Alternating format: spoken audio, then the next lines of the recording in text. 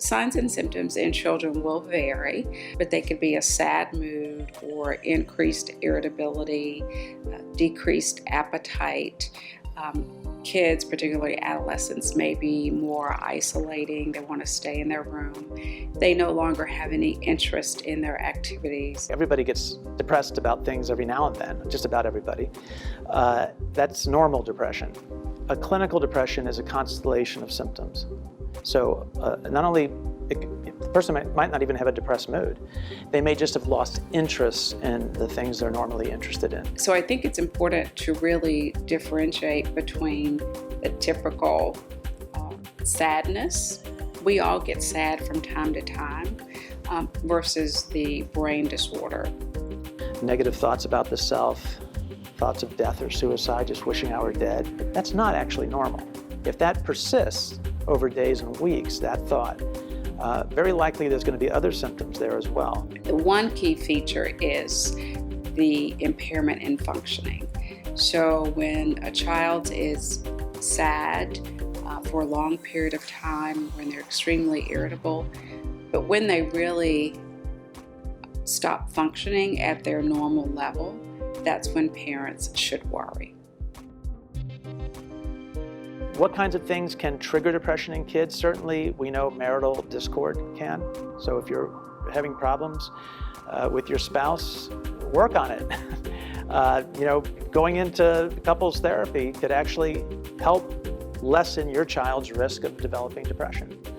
I see a lot of children, even young adults, worry a lot about perfection. That, again, relates back to social media. It's important to let children know that social media is not real. We all put our best face forward on social media. We use the apps that make sure our makeup is perfect.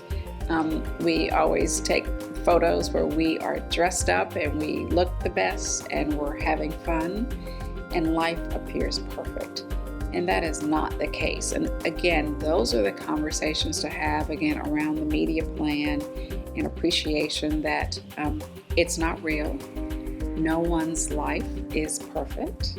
If your child is starting to use drugs or alcohol, major problem for triggering depression, creating a clinical depression. So educating your child about that, especially if they know something about depression, they don't want to have that problem.